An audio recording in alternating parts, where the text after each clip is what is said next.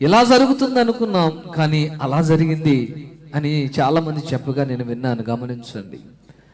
కానీ భక్తుడు అంటున్నాడు కదా, ఇక్కడ 92వ కీర్తన 5వ వచనంలో అంటున్నాడు, నీ ఆలోచనలు అతి గంభీరములు. ఇంకొక చోట రాయబడినటువంటి మాట మనం చూసినట్లయితే 73వ అధ్యాయము కీర్తన గ్రంథములో 24వ వచనంలో అంటాడు కదా, నీ ఆలోచన చేత నన్ను నడిపించెదవు, తర్వాత మహిమలో నీవు నన్ను చేర్చుకుందువు అంటాడు. ఎవరి ఆలోచన అంట? ఈరోజు దేవుని ఆలోచనలో మనము నడవలసినటువంటి వారమే ఉంటున్నాం.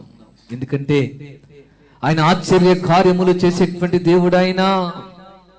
ఈరోజు మన జీవితంలో ఆలోచనకర్తగా ఆయన ఉంటే, నేను అంటాను కదా, మనము చింత పడవలసినటువంటి అవసరం లేదు.